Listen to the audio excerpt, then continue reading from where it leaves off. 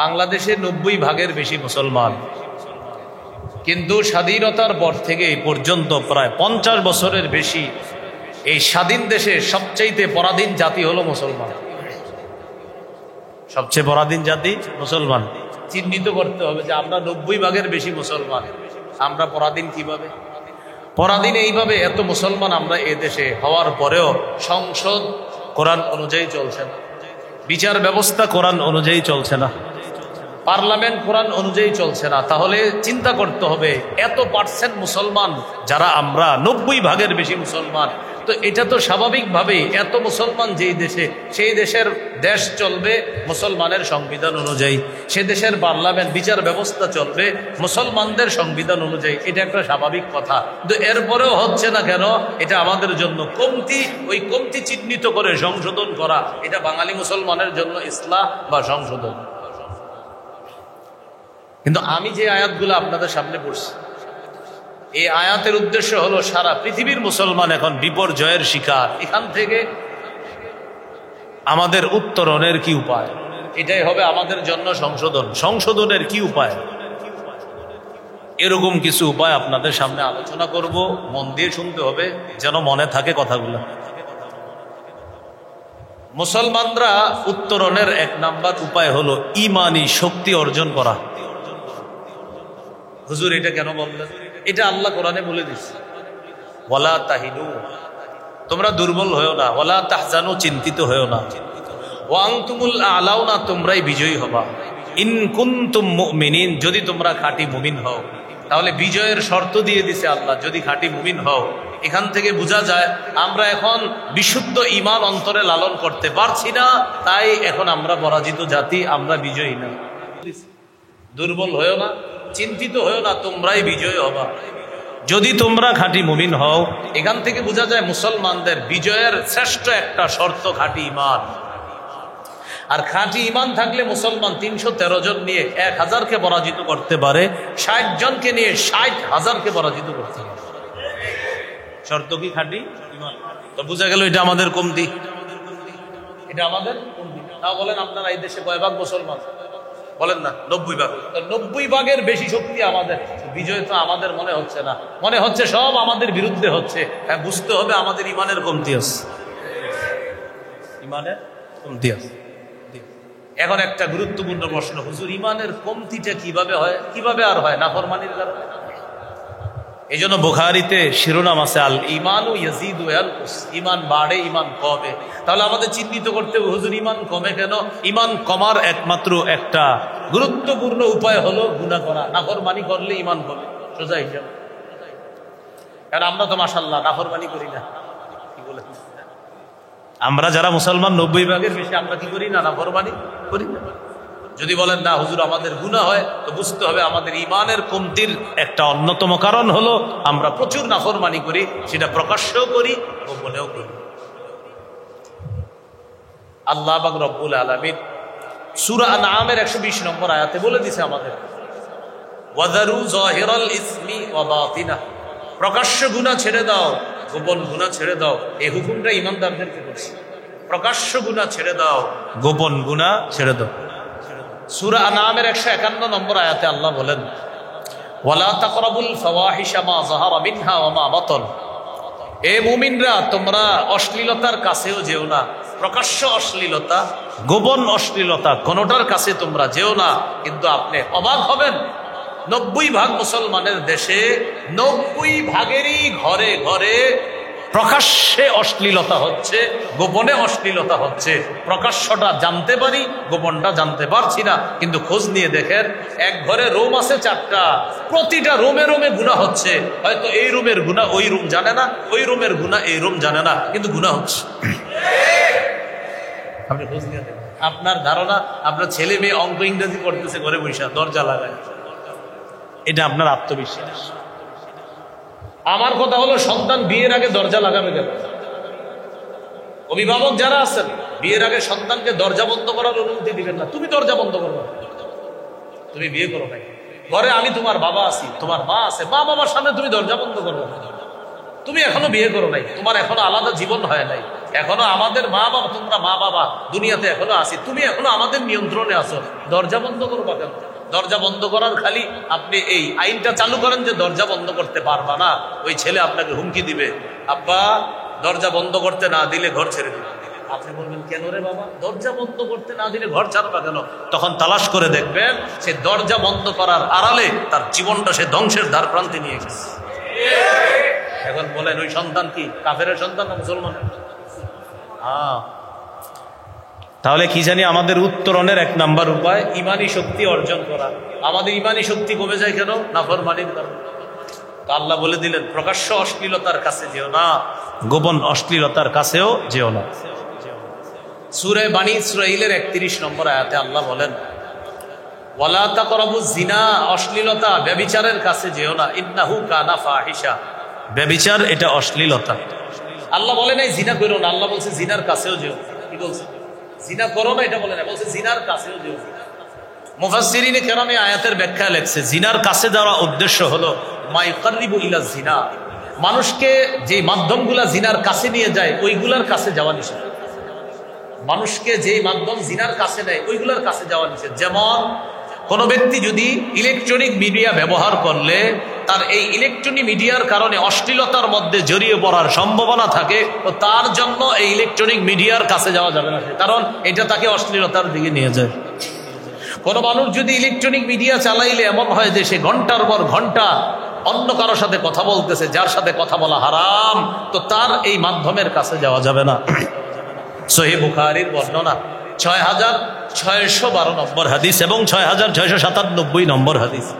এই হাদিসে আছে রাসূলুল্লাহ সাল্লাল্লাহু আলাইহি সাল্লাম বলেন ইন্নাল্লাহা কাতাবা আলা ইবনি আদামা হাজ্জাহু মিনাজ জিনা আদরাকা যালিকা লা মুহালা, আদম সন্তানকে আল্লাহ জিনার পরীক্ষা দ্বারা পরীক্ষা করবেন। ফাজিনাল আইনি আন নজরু, চোখের জিনা হলো দেখা। ওয়াজিনাল লিসান আল মান্তিক, মুখের জিনা কথা বলা। চোখের জিনা দেখা, মুখের জিনা কথা বলা। আমি সহ সবাইকে বলছি, আমাকেও বলছি, কয়জন চোখের জিনা থেকে বেঁচে আছে বলেন? আমি সহ সকলকে বলছি। সূরা গাফির বা সূরা মুমিনের 19 নম্বর আয়াতে আল্লাহ বলেন ইয়ালামু খাইনাতাল আয়ুনি ওয়া মা তুখফিস সুদূর, চোখের খেয়ানত ইয়ালামু, আল্লাহ জানেন, খাইনাতাল আয়ুন, চোখের খেয়ানত আল্লাহ জানেন, ওয়া মা তুখফিস সুদূর, আর অন্তরে গোপনে গোপনে সে কি উল্টাপাল্টা চিন্তা করে এটা আল্লাহ জানে। এই আয়াতের আরেকটা উদ্দেশ্য, চোরাই চোখ দিয়া মানুষ যে হারাম দেখে, অন্য মানুষ না দেখলেও আল্লাহ বলে বান্দা তুমি যে চুরি করে চোখের কোনা দিয়ে কি দেখছো, আমি আল্লাহ কিন্তু দেখি, আমি আল্লাহ জানি তুমি এটা কি করলা, আর দেখার পর যে মনে মনে খারাপ কল্পনা করলা এটাও আমি আল্লাহ জানি। এই জন্য প্রিয় ভাইয়ারা মনে রাখবেন, গুনাহ আজকে থেকে করার আগে 4 সাক্ষীর কথা মাথায় রাখেন। আমার আপনার বিরুদ্ধে কিয়ামতের ময়দানে প্রধান সাক্ষী হবে 4টা। গুনাহের বিরুদ্ধে প্রধান সাক্ষী হবে কয়টা? 4টা। বলেন আমার সাথে। 1 নম্বর জমিন, 2 নম্বর ফেরেশতা, 3 নম্বর অঙ্গ প্রত্যঙ্গ। বলেন সবাই বাংলাটা বুঝছেন তো? অঙ্গ প্রত্যঙ্গ মানে হাত পা আর কি, অঙ্গ প্রত্যঙ্গ।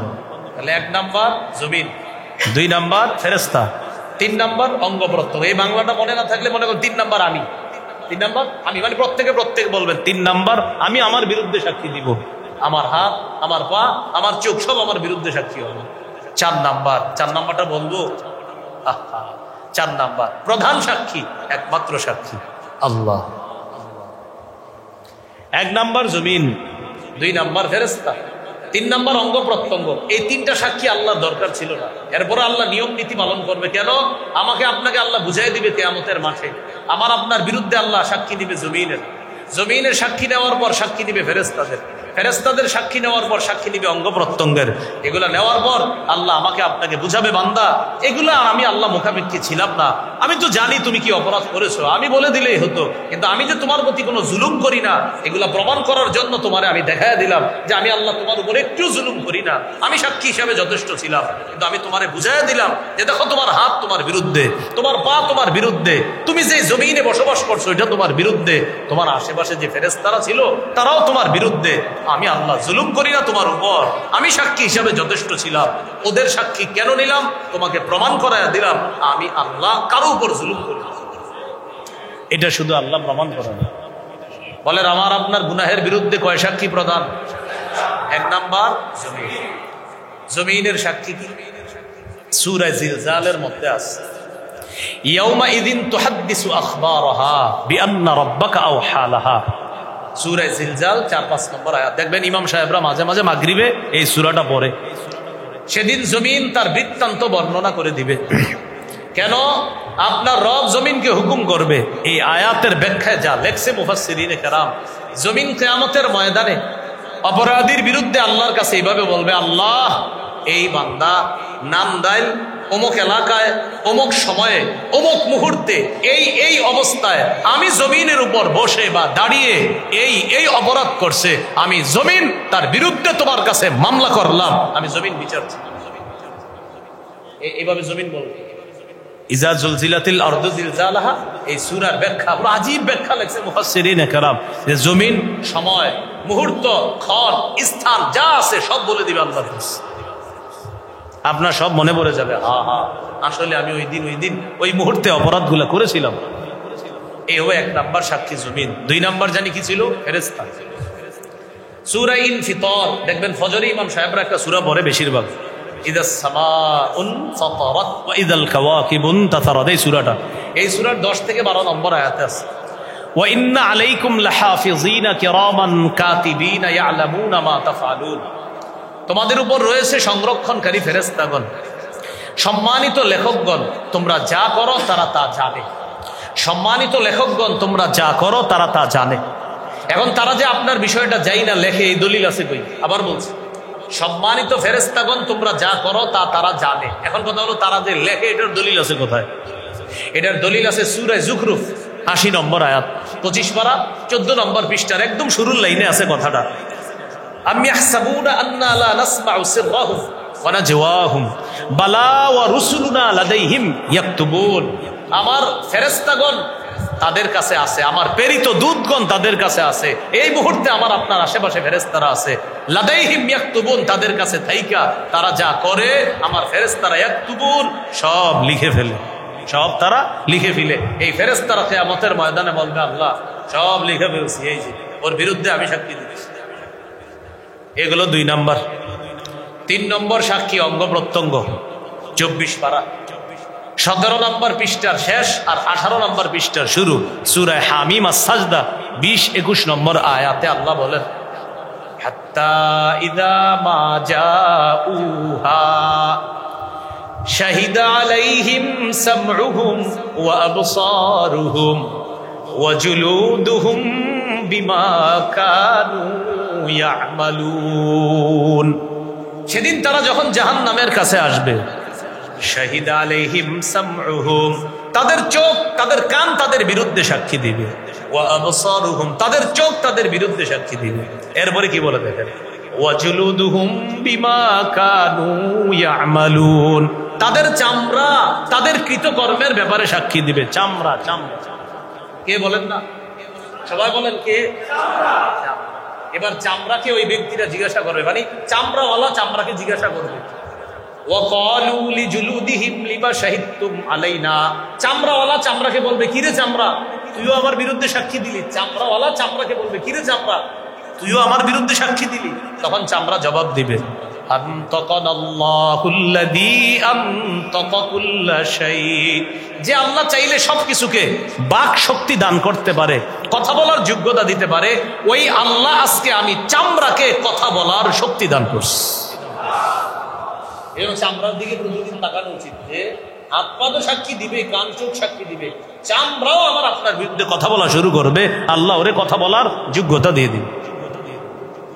এইগুলো 3 নম্বর সাক্ষী অঙ্গ প্রত্যঙ্গ। 4 নম্বর সাক্ষী কে? স্বয়ং বলেন আল্লাহ। বলেন না কে?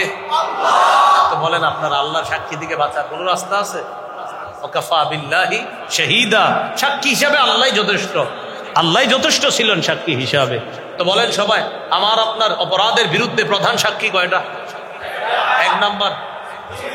এই জন্য জমিনের সাক্ষী থেকে বাঁচার 2টা উপায় আছে। বলেন কয়টা উপায় আছে? 2টা উপায় আছে। তাহলে এই উপায়গুলো অবলম্বন করলে জমিনের সাক্ষী থেকে বাঁচা যাবে। বলেন আমরা বাঁচতে চাই কিনা? 1 নম্বর সাক্ষী, অপরাধ জমিনের বাহিরে গিয়ে করলে বাইচে যাবে।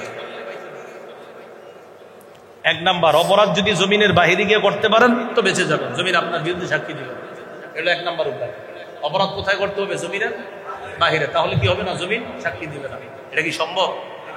তাহলে রয়ে গেল দ্বিতীয় উপায়। দ্বিতীয় উপায় হলো গুনাহ ছেড়ে দেন। হয়তো জমিনের বাহিরে গিয়ে গুনাহ করেন, তাহলে জমিন আর সাক্ষী দিবে না।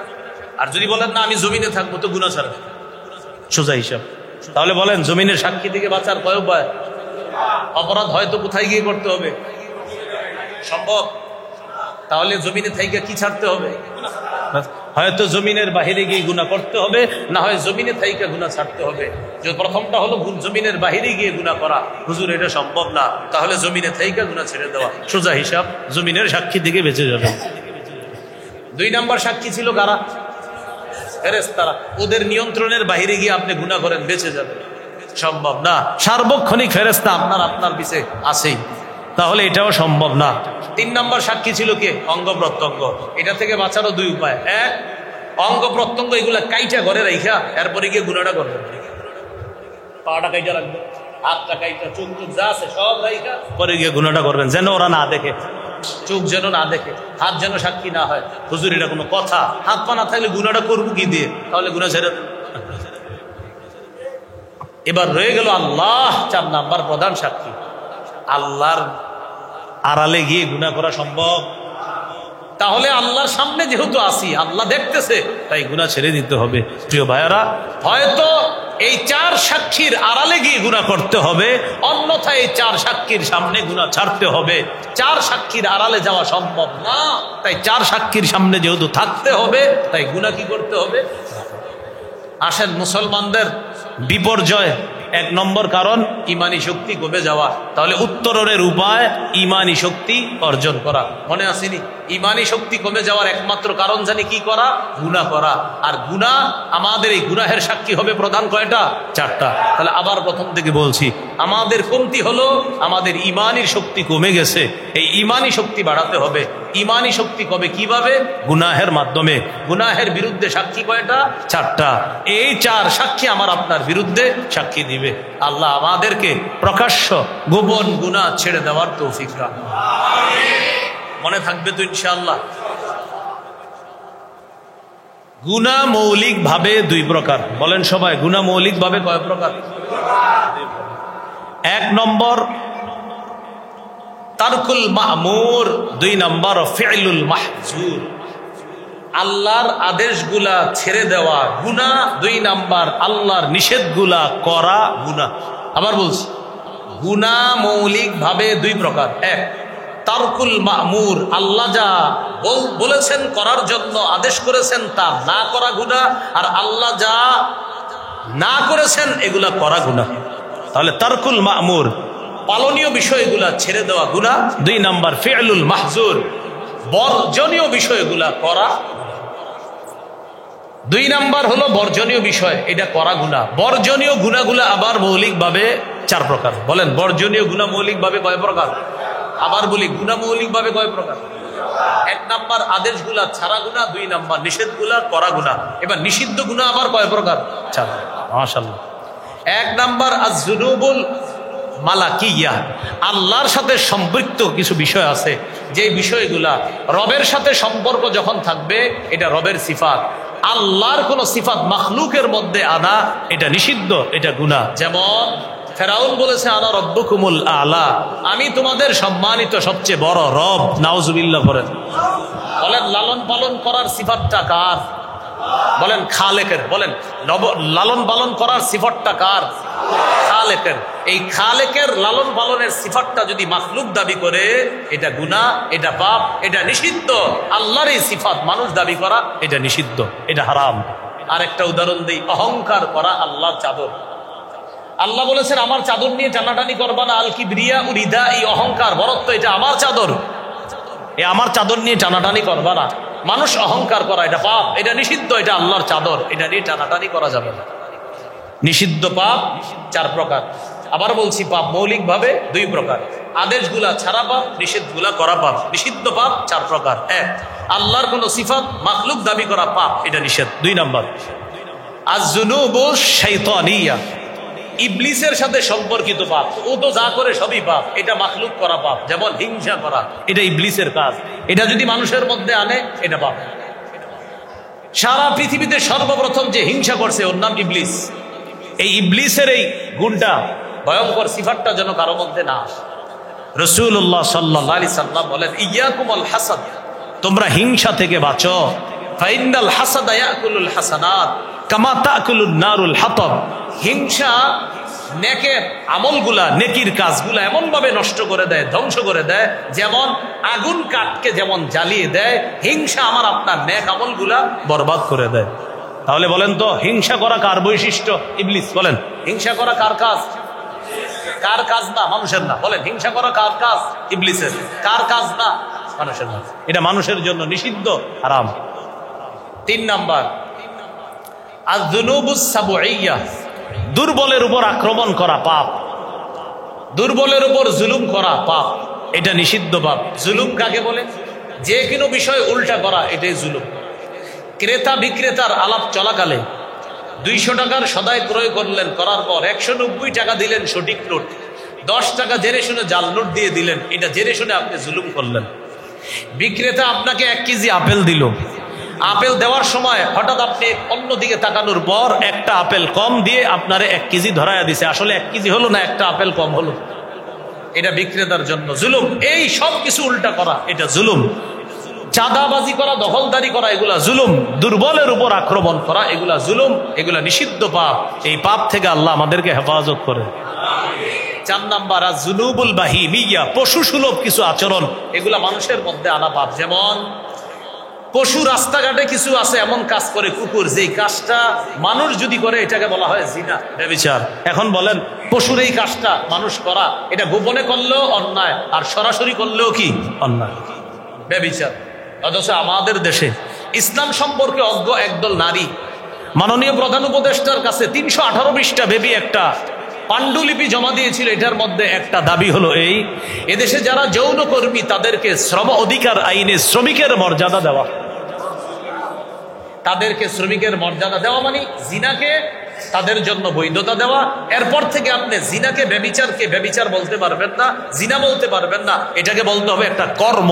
তাদেরকে এই কর্মের কারণে আপনি ঘৃণা করতে পারবেন না, কারণ এটা রাষ্ট্রীয়ভাবে কর্ম। অথচ এই আইন সরাসরি কোরআনের সূরা নূরের 2 নম্বর আয়াতের বিরোধী। সূরা নূরের 2 নম্বর আয়াতে আল্লাহ বলেন, আয-যানিয়াতু ওয়াজ-যানি ফাজলিদু কুল্লা ওয়াহিদিম মিনহুমা মিআতা জালদা। ব্যভিচারিণী নারী, ব্যভিচারী পুরুষ, তারা যদি অবিবাহিত হয় তাদেরকে 100 বেত্রাঘাত করা হবে। বিবাহিত নারী, বিবাহিতা পুরুষ, তার বিবাহিতা নারী আর বিবাহিত পুরুষ তারা যদি ব্যভিচার করে তাদেরকে পাথর মেরে হত্যা করা হবে। এটা কোরআনের আইন। কোরআনের আইনের বিরুদ্ধে পশু সুলভ আইন আমাদের দেশে বাস্তবায়ন করার চেষ্টা যারা চালাচ্ছে, এরা যদি এই আইন বাস্তবায়ন করে ফেলে যে এদেশে ব্যভিচারকে শ্রম অধিকার আইনে শ্রমিকের মর্যাদা দেওয়া, এর অর্থ হবে মানুষকে হাইওয়ান, জানোয়ার বানানোর চেষ্টা করা। কথা বুঝে আসছে তো সবার? তাহলে এটা হলো পশু সুলভ কাজ। হ্যাঁ, কিছু পশু সুলভ কাজ আছে যেটা পশুর জন্য ভালো, মানুষের জন্য পাপ। যেমন গরু আজকে রাতে এশার নামাজ পড়বে, গরু আরে বলেন, গরু কি এশার নামাজ পড়বে? গরু খাবে কিনা? খাবে। বলেন, গরু খাবে কিনা? আচ্ছা, মানুষ রাতে খাবে কিনা? এশার নামাজ কিছু মানুষ আছে পড়বে না, আসেনি? তাহলে গরুও খাইলো, মানুষও খাইলো। গরু এশা বললো না, মানুষও বললো না। গরু কি ফজর পড়বে কালকে? আচ্ছা, কিছু মানুষ আছে ফজর পড়বে না, আসেনি? তাহলে গরুও ফজর বললো না, মানুষও ফজর বললো না। গরুর জন্য ফজর না পড়া সমস্যা না, মানুষের জন্য ফজর না পড়া পাপ। গরু এসা পড়ে নাই, ওর জন্য সমস্যা না, কিন্তু মানুষ এসা না পড়া পাপ। গরু সকাল 8টা-9টা হাম্বা করে মালিককে বুঝাবে পানি দাও, নাস্তা করবো। কিছু মানুষ আছে 8টা-9টায় উঠা মারে, বলে 12টা নাস্তা দাও, আমি নাস্তা করব। তো বলেন, গরু আর মানুষের পার্থক্য হলো কোথায়? এই জন্য আল্লাহ কোরআনে বলেন, উলাইকা কাল আনআম, কিছু মানুষ আছে এরা চতুষ্পদ জন্তুর মতো, বালহুম আদল, ওরা এর চেয়ে আরো নিকৃষ্ট। প্রিয় মুসলমান ভাইয়ারা, কষ্ট না নিয়ে নিজের প্রশ্ন করেন, গরু রাতে খায়, আমিও খাই।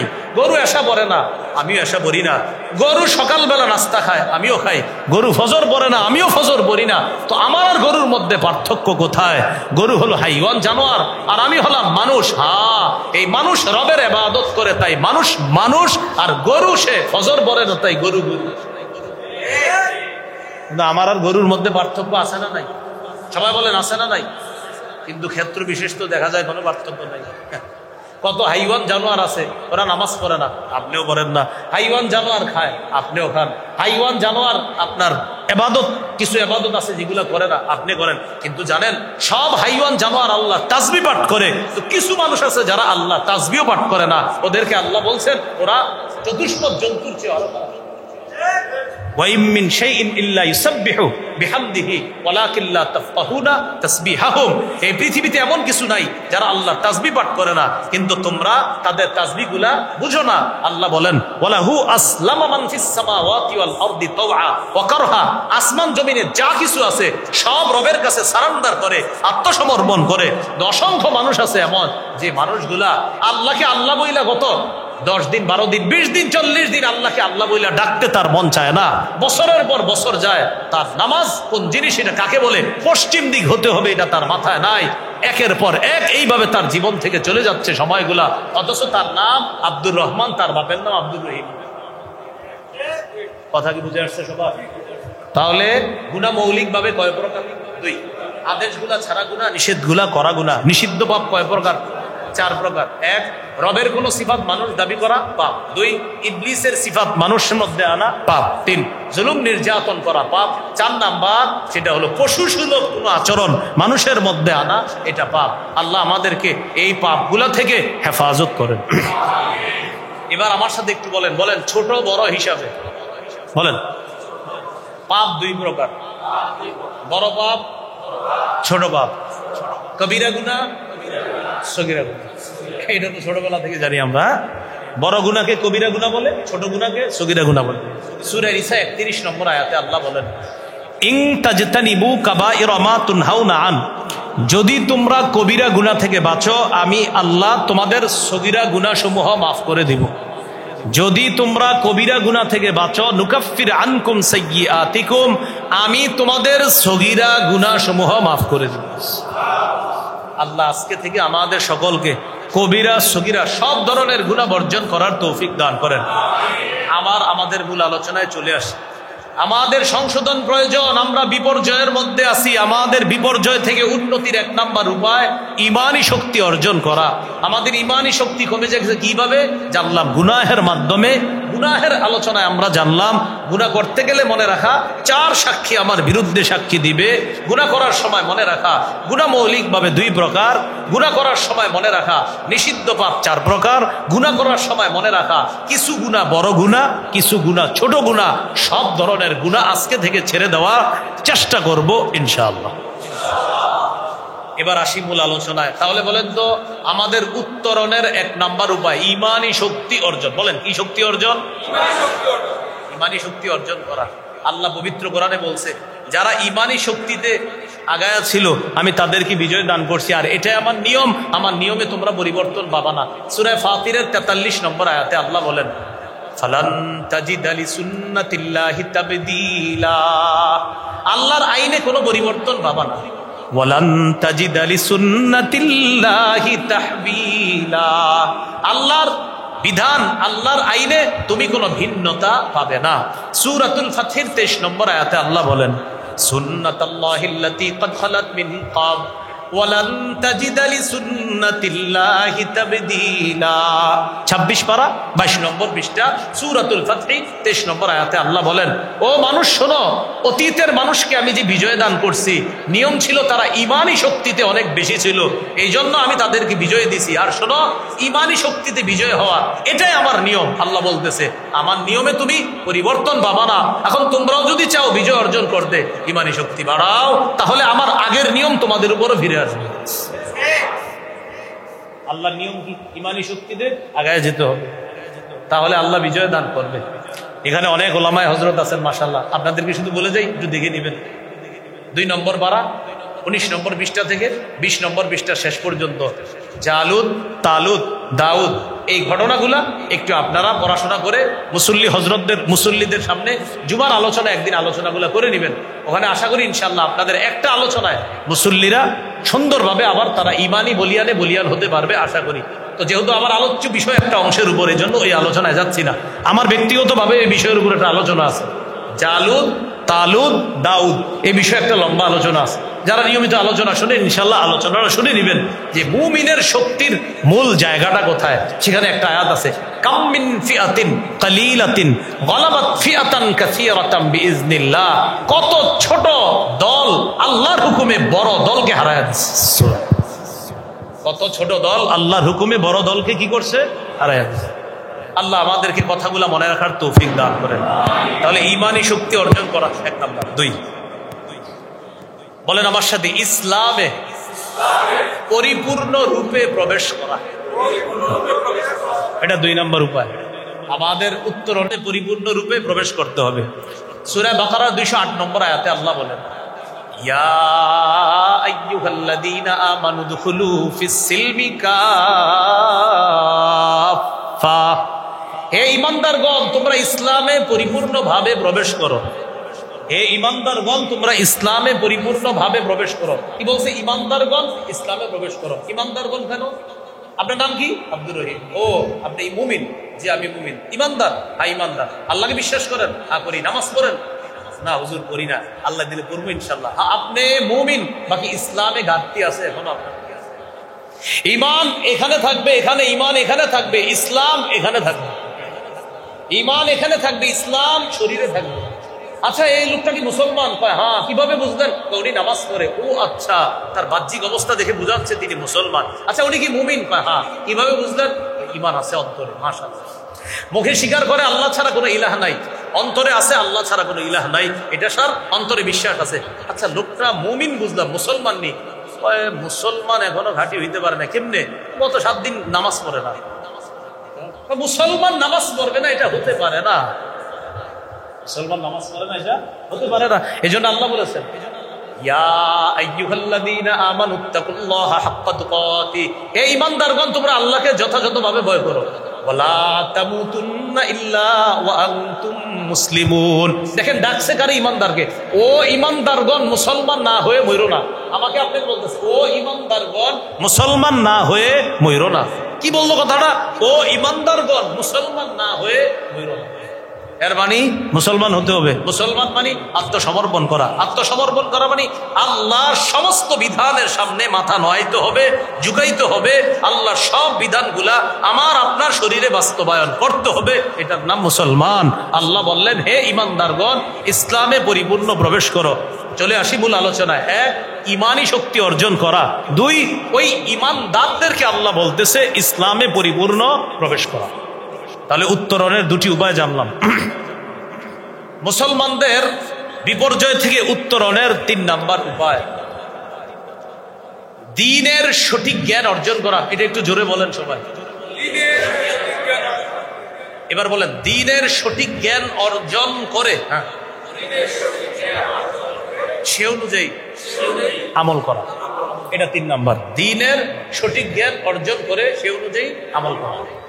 সূরাতুস সফফি 28 নম্বর পারা 10 নম্বর পৃষ্ঠা। সূরাতুস সফফি এই আয়াতের 3 নম্বর আয়াতে আল্লাহ বলেন, ইয়া আইয়ুহাল্লাযীনা আমানু লিমা তাকুলুনা মা লা তাফআলুন। হে ঈমানদারগণ, তোমরা যা করো না তা বলো কেন? তোমরা যা করো না তা বলো কেন? কাবুরা মাকতান ইনদাল্লাহ আন তাকুলু মা লা তাফআলুন। তোমরা যা করো না তা বলা, এটা আল্লাহর কাছে অনেক ভয়ঙ্কর অপরাধ, অনেক গুরুতর অপরাধ। যা করো না তা কেন বলো, তা বলাটা আল্লাহর কাছে অপরাধ। সূরা বাকারা আছে, আতা'মুরুনান নাসা বিল বিররি ওয়া তানসাউনা আনফুসাকুম। মানুষকে তোমরা ভালো কাজের কথা বলো আর নিজেদেরকে তোমরা ভুলে যাও। মানে নিজে আমল করে না, খালি মানুষকে বলে আমল করো। তিরমিজির হাদিসে আছে, লা তাজুলু কদামা ইবনি আদম হাত্তা ইউসআলা আন 50। কিয়ামতের ময়দানে আদম সন্তানের 2 পা নড়বে না 5 প্রশ্ন করার আগে। এই 5টার মধ্যে একটা হলো ওয়া আন ইলমিহি, তার ইলম সম্পর্কে জিজ্ঞাসা করা হবে। ইলম সম্পর্কে কি জিজ্ঞাসা করা হবে? বিমাজা আমিলা ফিমা আলিমা, সে যা জেনেছে জানা অনুযায়ী আমল করেছে কিনা। এই 5 প্রশ্নের এক প্রশ্ন হলো তুমি যা জেনেছো জানা অনুযায়ী আমল করেছো কিনা। তাহলে 3 নাম্বারটা শিখলাম। আমাদের উত্তরণের 3 নাম্বার উপায়, দ্বীনের সঠিক জ্ঞান অর্জন করে সেই অনুযায়ী আমল করা। এই জায়গায় আমাদের অনেক কমতি আছে, আমরা আরেকজনরে বলি, নিজেরা করি না। চা দোকানের সামনে এসে দেখবেন মাঝে মাঝে অনেকে অনেক লেকচার দেয়, মিয়া ওইটা করো না, ওইটা করো না, ওইটা করো না। তো পাল্টা যদি জিজ্ঞাসা করেন, কাকা আপনি এত সুন্দর সুন্দর কথা বললেন, নামাজ পড়েননি? বা নামাজ না পড়লে কি হবে, ইমান ঠিক আছে। অথচ অনেক সুন্দর সুন্দর কথা শোনাইছে, যেই মাত্র বলবেন আপনি তো নামাজে আসেন না, এই বেটা নামাজে যাইলে কি সব আপনারা বুঝাবে, মানে ঝাড়ি মেরা বলবে নামাজ পড়লেই কি ইমান, মানে এমন ভাবে বুঝাবে আপনার, মানে উনি যে নামাজ পড়ে না এটার সপক্ষে আপনার অনেকগুলো যুক্তি দিবে। এই জন্য 3 নাম্বার, দ্বীনের সঠিক জ্ঞান অর্জন করে সে অনুযায়ী আমল করা। এটা আসলে এই কথাটা বেশি জরুরি। ওলামা হযরত যারা আছে এখানে, আমরা, আমি সহ আইম্মা মাসাজিদ যারা, এটা আমাদের জন্য বেশি জরুরি। দ্বীনের সঠিক জ্ঞান অর্জন করে প্রথমে আমি আমলে আনতে হবে, এটা 3 নাম্বার। 4 নাম্বার, এটাও একটু আমার সাথে বলেন, বলেন সঠিক জ্ঞান জানার পর সেটা প্রচার করা। 3 নাম্বার হলো সঠিক জ্ঞান জেনে সে নিজে আমল করা। আর 4 নাম্বার সঠিক জ্ঞানটা জেনে সেটা প্রচার করা। প্রচারের আরবি হলো তাবলীগ, প্রচার। আল্লাহ তাআলা রাসূল সাল্লাল্লাহু আলাইহি সাল্লামকে এই দায়িত্ব দিয়েছে, ইয়া আইয়ুহার রাসূলু বাল্লিগ মা উনজিলা ইলাইকা মির রাব্বিক। নবী, আপনার প্রতি যা নাজিল করা হয়েছে আপনি তা তাবলীগ করেন, আপনি প্রচার করে দেন। আল্লাহ রাসূলকে আল্লাহ দ্বীনের জ্ঞান দান করেছেন, এরপরে আল্লাহ বলতেছেন এই দ্বীনের জ্ঞান যে আপনি জানলেন এটা এবার আপনি প্রচার করেন। তাহলে 3 নাম্বার, দ্বীনের সঠিক জ্ঞান জেনে নিজে আমল করা। 4 নাম্বার, দ্বীনের সঠিক জ্ঞানটা যে আমি জানলাম এটা অন্যের কাছে প্রচার করে দেওয়া। এখন বলেন, এই মসজিদের খতিব সাহেব যদি আপনাদের সামনে দ্বীন প্রচার করে, এলাকাবাসী গ্রহণ করতে রাজি আছেন ইনশাআল্লাহ? আসলে রাজি? তো হাত নামান, আমি একটু দ্বীন প্রচার করি কিছুক্ষণ, বলেন করবো নি? একটা খালি আয়াত বলি, সূরা আলী ইমরান 131 নম্বর আয়াতে আল্লাহ বলেন, ইয়া আইয়ুহাল্লাযীনা আমানু লা তাকুলুর রিবা আযআফাম মুযাআফা। সূরা আলী ইমরানের 131 নম্বর আয়াতে দ্বীনের জ্ঞান আমি জানলাম, আল্লাহ এই আয়াতে বলছে, কি বলছে বলবো নি? হে ঈমানদারগণ, বলেন সবাই, তোমরা বহু গুণে বৃদ্ধি করে সুদ খেও না। এটা আওয়াজ রাস্তে হয়ে গেল কেন? আল্লাহ আমাদের দ্বীনের জ্ঞান দিলেন কি? সূরা আলী ইমরানের 131 নম্বর আয়াতে আল্লাহ শিখাইলেন, হে ঈমানদারগণ, জেনে শুনে তোমরা বহুগুণে বৃদ্ধি করে সুদ খেও না। এবার খতিব সাহেব এই জ্ঞানটা অর্জন করলেন, করার পর এটা 3 নাম্বার, উনি নিজেও সুদ খায় না। তাহলে প্রথম কথা 3 নাম্বার, উনি দ্বীনের জ্ঞান জানলেন যে সুদ খাওয়া যাবে না, তো উনি খাইলো না। 4 নাম্বার হলো তুমি যা জানলা বলে দাও। এখন খতিব সাহেব তোমার মিম্বরে বৈশা বললেন, ভাই আল্লাহ বলছে সুদ খাওয়া যাবে না, কারণ আপনি বাইরে হয়ে বললেন, হুজুর গত 6 বছর বয়ান সুন্দর করছে, আজকে কি বয়ান? কি কথা বুঝে আসছেন? তাহলে 3 নাম্বার দ্বীনের জ্ঞান শিখে নিজে আমল করা, 4 নাম্বার দ্বীনের জ্ঞানটা প্রচার করা। তো খতিব সাহেব দ্বীনের জ্ঞান যেই মাত্র প্রচার করলো, প্রিয় ভাইয়ারা, সুদ খাওয়া যাবে না। মসজিদের বাইরে গিয়ে কয়, গত 6 বছর হুজুরের বয়ানগুলো এত ভালো লাগতো, আজকে কি হয়েছে? হঠাৎ আজকে উনি সুদ নিয়ে কথা কওয়া কেন? আর সময় ছিল না, আজকে কইতে হবে কেন? খোঁজ নিয়ে দেখা গেছে উনি বিশিষ্ট সুদ করে রাখছেন। তাহলে আমাদের কমতি, তো এটাও তো একটা কমতি। আমাদের না উত্তরণের পথ খুঁজতেছি আমরা। 1 নাম্বার খুঁজলাম ইমানি শক্তি, 2 নাম্বার ইসলামে পরিপূর্ণ প্রবেশ করা, 3 নাম্বার দ্বীনের সঠিক জ্ঞান অর্জন করা, 4 নাম্বার সঠিক জ্ঞানটা অন্যের কাছে প্রচার করা। এখন আমি প্রচার করলাম, আপনি নিলেন না, তাহলে তো আমরা উত্তরণের পথ থেকে উদ্ধার হতে পারলাম না। এখন বলেন, এদেশে 90 ভাগের বেশি মুসলমান, কয়জন মুসলমান? তো আমাদের বিজয় হবে কেমনে? কিভাবে এদেশে ইসলামী হুকুমত হবে? আর কিভাবে সংসদ হবে ইসলামী সংসদ? কিভাবে পার্লামেন্ট হবে ইসলামী পার্লামেন্ট? বিচার ব্যবস্থা হবে ইসলামী বিচার ব্যবস্থা? আমি বলি কি জানেন, এদেশের মানুষ বেশিরভাগ মুসলমান, কিন্তু ইসলাম প্রিয় না। মুসলমান বেশি, কিন্তু ইসলাম প্রিয় না। এই জন্য ইসলাম প্রিয় যদি হতাম, তো আমাদের দেশের সংবিধান হতো আল কোরআন। এগুলো 4 নাম্বার। 5 নাম্বার আমাদের উত্তরণের উপায়, আল্লাহর দ্বীনের সাহায্য করা। বলেন আল্লাহর দ্বীনের, মানে আল্লাহকে সাহায্য করা। কোরআনে পাইবেন তো, আল্লাহকে সাহায্য করা মানে আল্লাহর দ্বীনের সাহায্য করা। দ্বীনের সাহায্য মানে এই মসজিদ নির্মাণে সহযোগিতা করা, মাদ্রাসা নির্মাণে সহযোগিতা করা, এলাকায় এতিম অসহায় আছে তাদেরকে কিভাবে পড়াশোনা করানো যায় সহযোগিতা করা, এলাকায় আলেম ওলামাদের একটা সংস্থা আছে বা যুবকদের একটা সংস্থা আছে, দাতব্য সংস্থা, এখানে আপনিও সহযোগিতা করলেন যে তোমরা ত্রাণ দাও, বিধবা নারীদের পাশে তোমরা দাঁড়াও, আমিও কিছু সহযোগিতা করলাম। এই সহযোগিতা করা মানে আল্লাহর দ্বীনকে সাহায্য করা। অথবা যারা মুজাহিদ আল্লাহ রাস্তায় জিহাদ করতেছে, অর্থের অভাবে যারা এখন সংকটে আছে, তাদের জন্য আপনি কিছু সাহায্য সহযোগিতা পাঠানো মানে আল্লাহর দ্বীনকে সাহায্য। সূরা মুহাম্মদের 7 নম্বর আয়াতে আল্লাহ বলেন, ইন তানসুরুল্লাহ ইয়ানসুরকুম, যদি তোমরা আল্লাহকে সাহায্য করো আল্লাহ তোমাদেরকে সাহায্য করবে। সুবহানাল্লাহ। যদি তোমরা আল্লাহকে সাহায্য করো, আরবি ব্যাকরণ অনুযায়ী এটাকে বলা হয় শর্ত। ইয়ানসুরকুম এটাকে বলা হয় জবাবে শর্ত। শর্ত মানি, আচ্ছা আচ্ছা কারা কারা আল্লাহর সাহায্য পেতে চাই বলেন, কারা কারা চাই আল্লাহর সাহায্য পেতে? আচ্ছা হাত উঠায় রাখেন। আল্লাহ বলতেছে আল্লাহর সাহায্য যদি পেতে চাও শর্ত আছে। কি শর্ত? আমাকে সাহায্য করো। আল্লাহ বলতেছে আচ্ছা বান্দা তোমরা আমার সাহায্য চাও? জি আল্লাহ চাই। তাহলে আমাকে সাহায্য করো। আল্লাহ আপনাকে সাহায্য কিভাবে করব? আল্লাহ বলেন আমার দ্বীনকে সাহায্য করো, তো আমি তোমাদেরকে সাহায্য করব। তাহলে শর্ত, শর্ত কি? আল্লাহর দ্বীনকে সাহায্য করতে হবে। জবাবে শর্ত কি? তাহলে আমি সাহায্য করবো। আল্লাহ আপনার দ্বীনের সাহায্য আর কিভাবে? তোমরা মসজিদে গিয়ে জামাতবদ্ধভাবে নামাজ আদায় করবা। মসজিদে তোমরা ফজরে যেই মুসল্লি হবা, মাগরিবেও সেই মুসল্লি হবা, জুমায়ও সেই মুসল্লি হবা। এটা আমার দ্বীনকে সাহায্য করা। এখন যদি বলেন না হুজুর জুমায় যা হয় ফজরে কি তা হবে নাকি? আপনি আজকে যতই বয়ান করেন ফজরের ফজিলত বলতে বলতে যদি আমাদেরকে খাওয়াও দেন, তাও আমরা কালকে আমরা 3 জন 4 জনের বেশি হবো না। কথার কথা বলুন যে আপনি আমাদেরকে যদি ফজরের ফজিলত বলতে বলতে আমাদেরকে বয়ানটা খাওয়াও দেন, আমরা গতকালকে যা আসছি আজকেও তা আসবো, কমতে পারে বাড়তে পারে। তাহলে তো আল্লাহর দ্বীনকে সাহায্য করা হলো না। তো 5 নাম্বার শর্ত, শর্ত যদি আমার সাহায্য চাও আমাকে সাহায্য করো, শর্ত। আর জবাবে শর্ত আমি সাহায্য করব, শর্ত আমাকে সাহায্য করো, শর্তের জবাব আল্লাহ বলে আমি সাহায্য করব। আল্লাহ আমাদেরকে কথাগুলো বুঝার তৌফিক দান করেন। 6 নাম্বার দোয়ার মাধ্যমে আল্লাহর সাহায্য চাওয়া, বেশি বেশি দোয়া করা। আল্লাহ আমরা বিপদে আছি আমাদেরকে উদ্ধার করেন, এই দোয়া করা। সূরা নামলের 162 নম্বর আয়াত, এই আয়াতে আল্লাহ, সূরা নামলের শুধু 62 নম্বর আয়াত, এই আয়াতে আল্লাহ বলেন আম্মাই ইউজিবুল মুত্তাররা ইযা দাআহ। 20 নম্বর পারার শুরুতে আছে আম্মাই ইউজিবুল মুত্তাররা ইযা দাআহ। কে সেই সত্তা, যেই সত্তা বিপদগ্রস্ত ব্যক্তি দোয়া করার সাথে সাথেই তার ডাকে সাড়া দেয়। সুবহানাল্লাহ। আল্লাহ কি বলে দেখেন, কে সেই সত্তা, যেই সত্তা বিপদগ্রস্ত ব্যক্তি দোয়া করা মাত্রই আল্লাহ বলে বান্দা বলো কি বলবা, আমি তোমার ডাকে সাড়া দিস।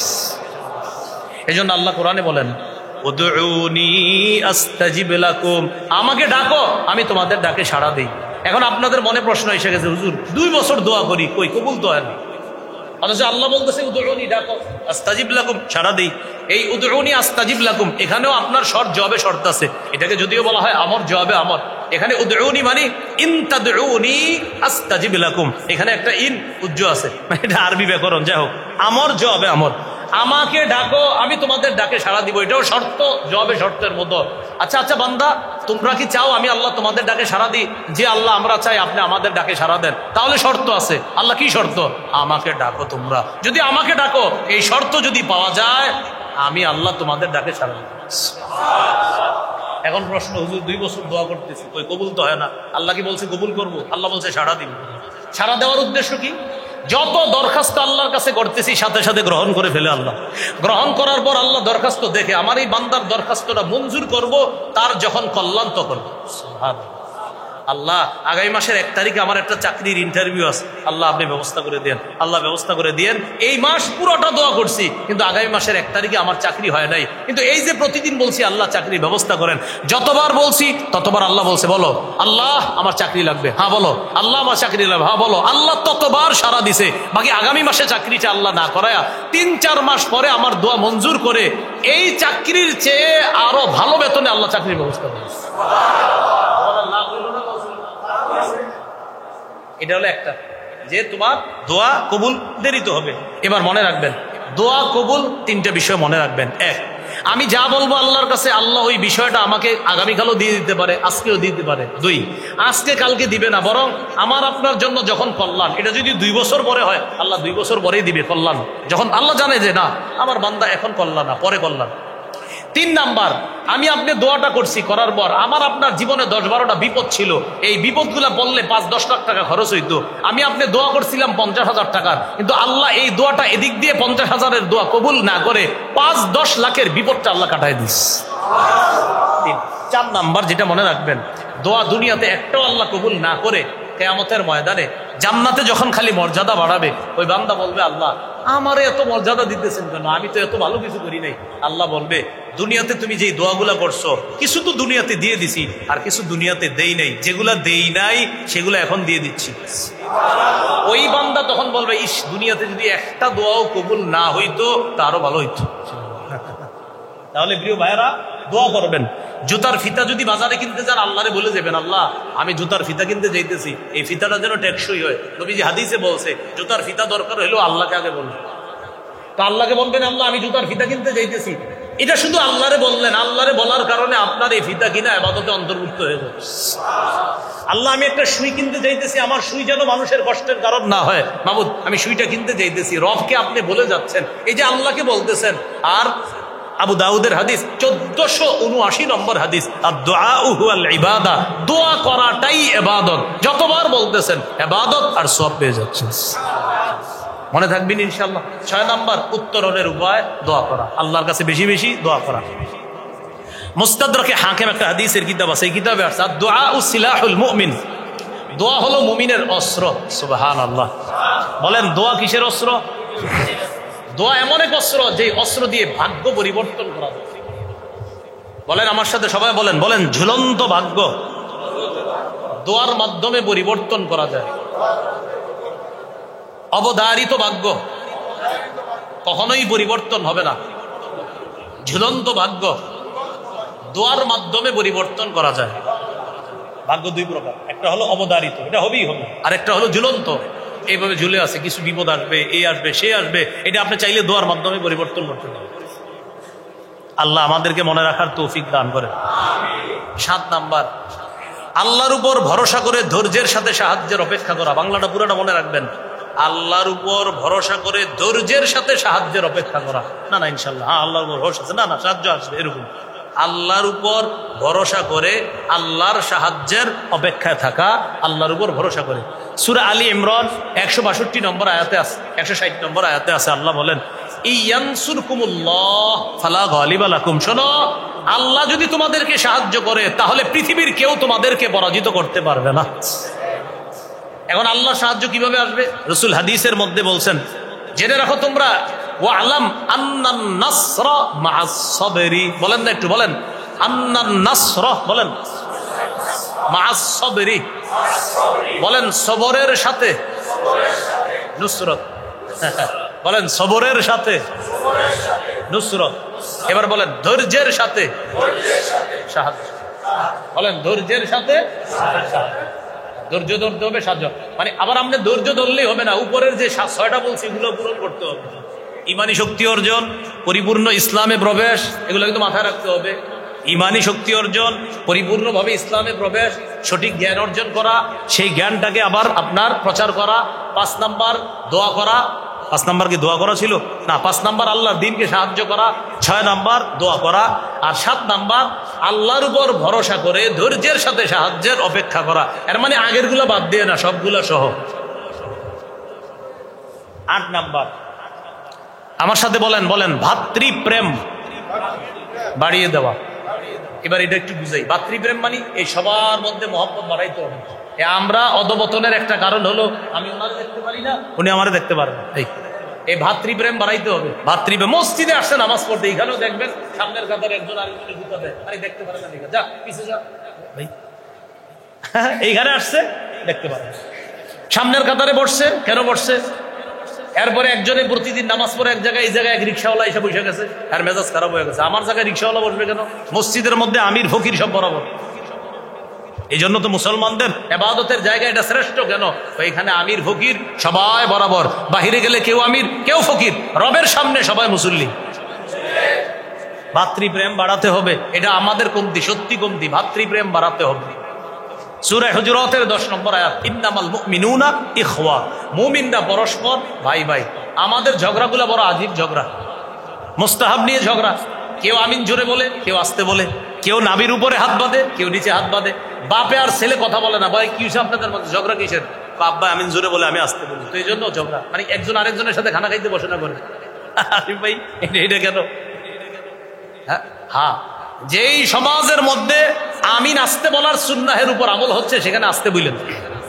যেই সমাজে আমিন আস্তে বলার সুন্নাহের উপর আমল হয় সেখানে আস্তে বলা এটাই নিরাপদ, এটাই ফিতনা মুক্ত থাকার উপায়। যেখানে আমিন জোরে বলার সুন্নাহের উপর আমল হচ্ছে সেখানে আমিন জোরে বলা সমস্যা নাই। আপনি আরব কান্ট্রিতে যান, শাফি মাযহাবে তারা আমিন জোরে বলতেছে। হানাফি মাযহাব যেখানে, সেখানে আমিন আস্তে বলার সুন্নাহের উপর আমল হচ্ছে। আমিন আস্তে বলার সুন্নাহ এটারও দলিল আছে, আমিন জোরে বলার সুন্নাহ এটারও দলিল আছে, তো ঝগড়ার দলিল নেই।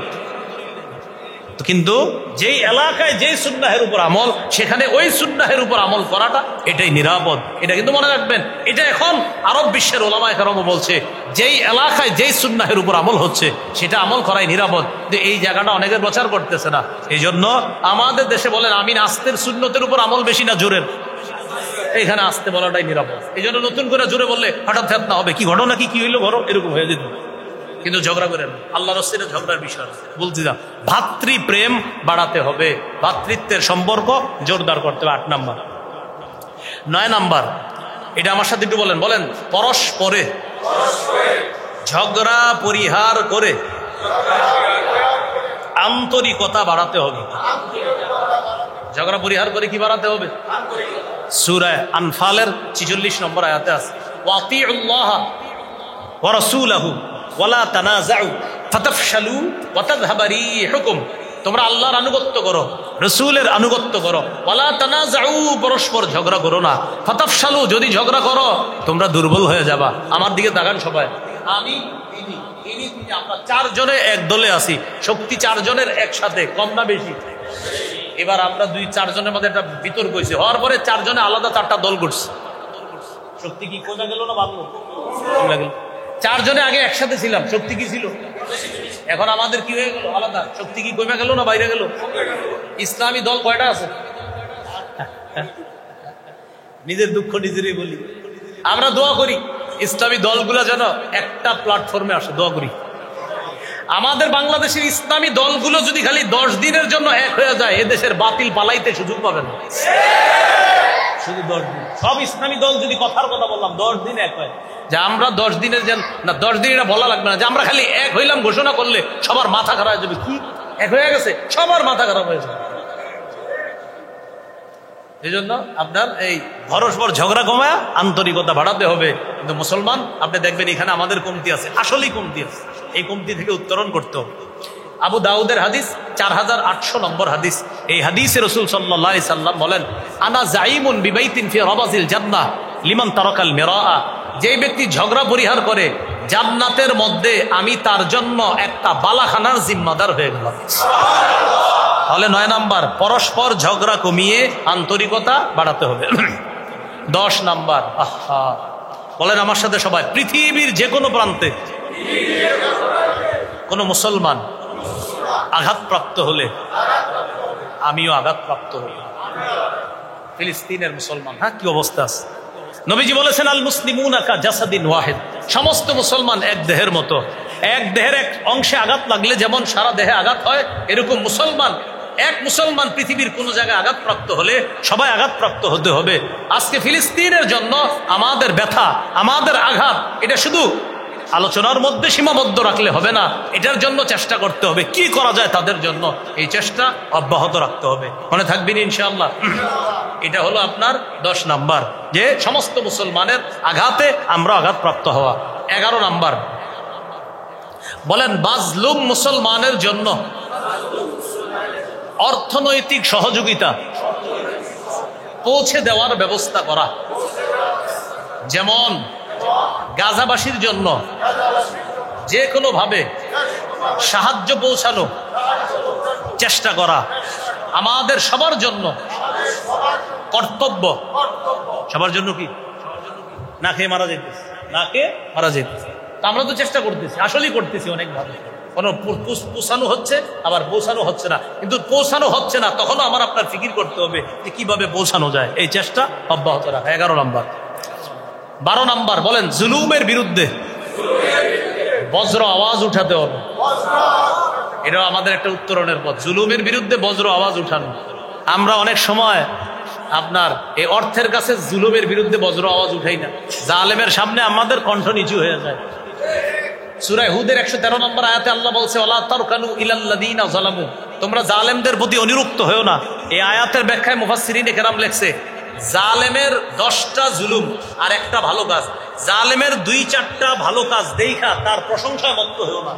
এই আয়াতের ব্যাখ্যায় মুফাসসিরিনে কেরাম লেখছে, জালেমের 2-4টা ভালো কাজ দেখা তার হাজারো জুলুম ভুলে যাবা না।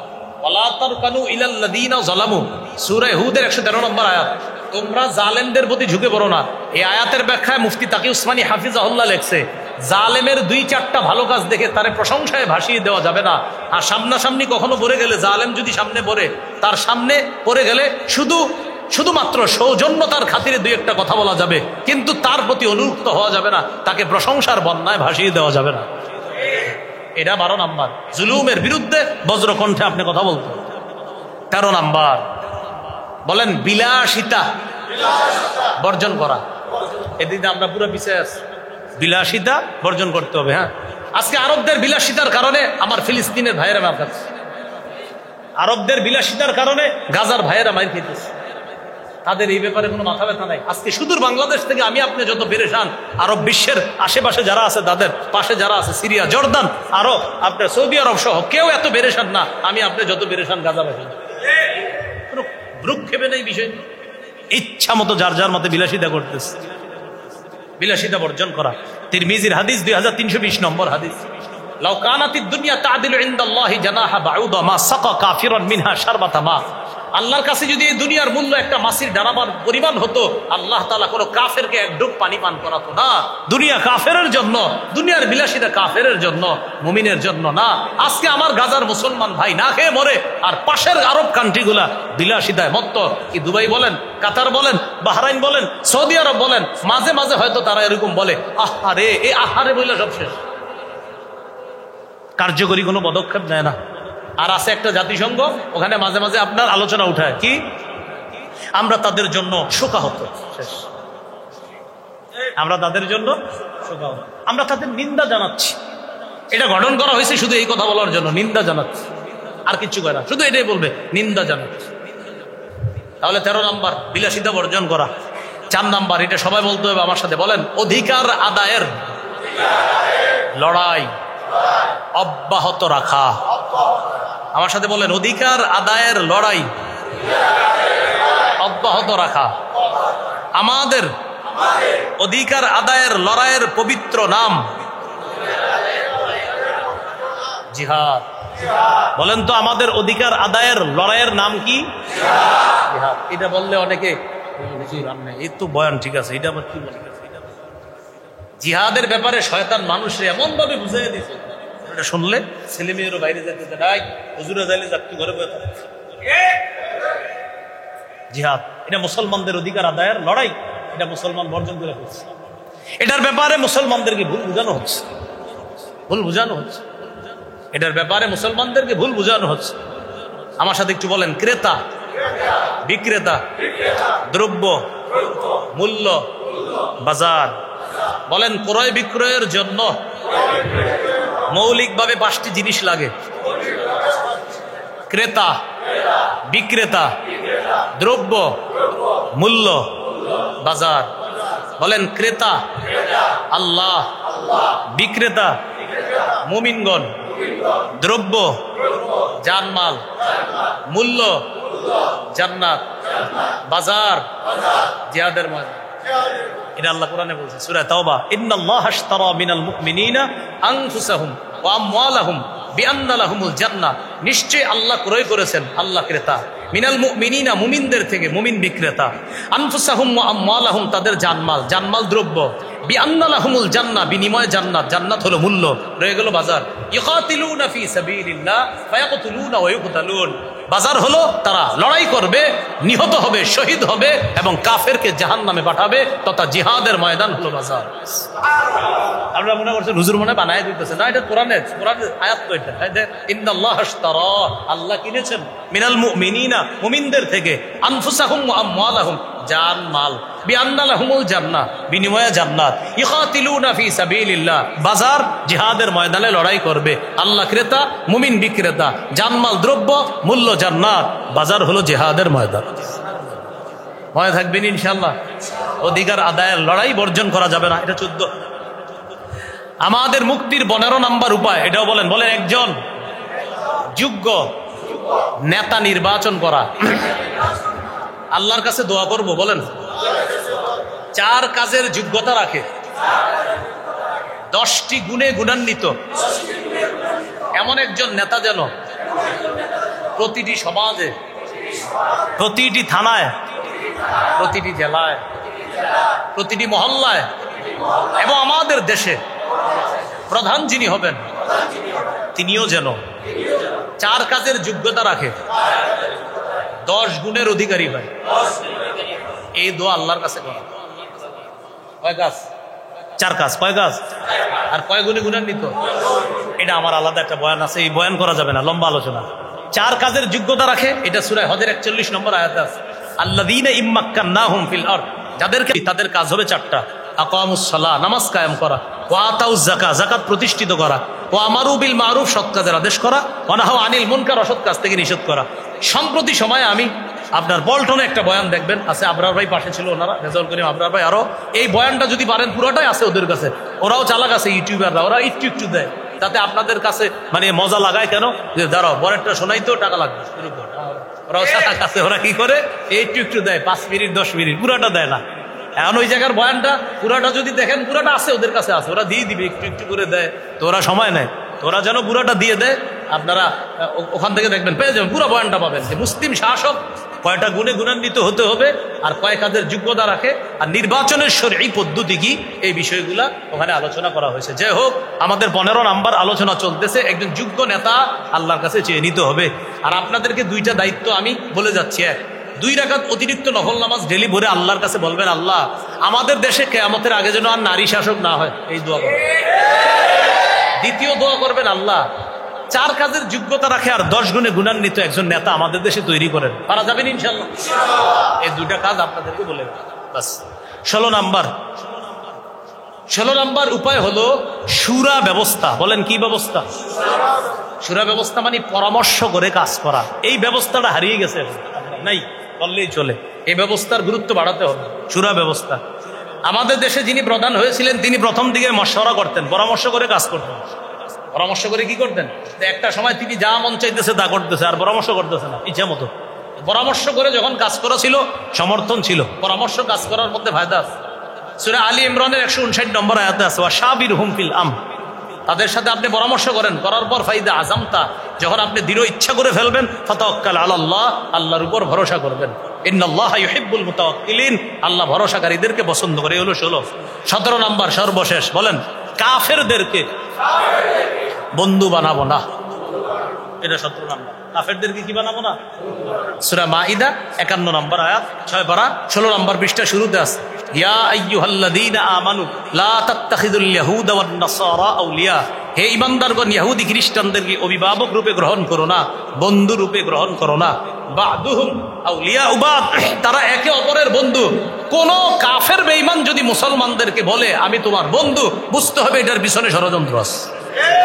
ওরা কখনো আমার আপনার বন্ধু হবে না, ওরা কোনো স্বার্থে বন্ধুত্বের হাত বাড়াতে পারে, কিন্তু প্রকৃত বন্ধু কখনো হবে না, মনে রাখতে হবে। এই 17টা উপায় আমি মোটামুটি ভাবে বের করে আনছি। এই 17টা কমতি আছে আমাদের মধ্যে, এগুলা থেকে যদি উত্তরণ করতে পারি আমরা, ইনশাল্লাহ আমাদের কাজ হবে ইনশাল্লাহ। 1 নাম্বার ছিল ইমানি শক্তি অর্জন করা, মনে আসেনি? এই ইমানি শক্তি অর্জন কিভাবে হয় এটার লম্বা আলোচনা আছে, আমি শুধু একটা বলছি, গুনাহ ছেড়ে দেওয়া, আরো লম্বা আলোচনার বিষয়বস্তু। তাহলে আমি একটু বলি, মন দিয়ে শোনেন। 1 নাম্বার ইমানি শক্তি অর্জন করা, 2 নাম্বার ইসলামে পরিপূর্ণভাবে প্রবেশ করা, 3 নাম্বার দ্বীনের সঠিক জ্ঞান অর্জন করা, 4 নাম্বার সঠিক জ্ঞান অন্যের মাঝে বিতরণ করা, 5 নাম্বার আল্লাহর দ্বীনকে সাহায্য করা, 6 নাম্বার দোয়ার মাধ্যমে আল্লাহর সাহায্য কামনা করা, 7 নাম্বার ভরসা এবং সাহায্যের মাধ্যমে ভরসা এবং ধৈর্যের মাধ্যমে আল্লাহর সাহায্যের অপেক্ষা করা, এটা হলো 7 নাম্বার। 8 নাম্বার আপোষের ভাতৃপ্রেম বাড়ায়া দেওয়া, 9 নাম্বার পরস্পর ঝগড়া বিবাদ কমায়া আন্তরিকতা বাড়ানো, 10 নাম্বার পৃথিবীর কোথাও কোনো মুসলমান আঘাতপ্রাপ্ত হলে আমি আপনিও আঘাতপ্রাপ্ত হওয়া, 11 নাম্বার মাজলুমের জন্য অর্থনৈতিক সহায়তার ব্যবস্থা করা, 12 নাম্বার জুলুমের বিরুদ্ধে কঠিন আওয়াজ উচ্চারণ করা, 13 নাম্বার বিলাসিতা বর্জন করা, 14 নাম্বার মুসলমানদের অধিকার আদায়ের লড়াই অব্যাহত রাখা। কি জানি এটা? মাশাআল্লাহ। 15 নাম্বার একজন যোগ্য নেতা নির্বাচন করা, 16 নাম্বার শুরা ব্যবস্থার গুরুত্ব দেওয়া, 17 নাম্বার বন্ধু বানাতে হলে মুমিন মুমিনের বন্ধু হবে, কোনো কাফেরকে মুমিন অন্তর থেকে বন্ধু হিসাবে গ্রহণ করতে পারবে না। এই 17টা কমতি আমি মোটামুটি ভাবে বের করে আনছি।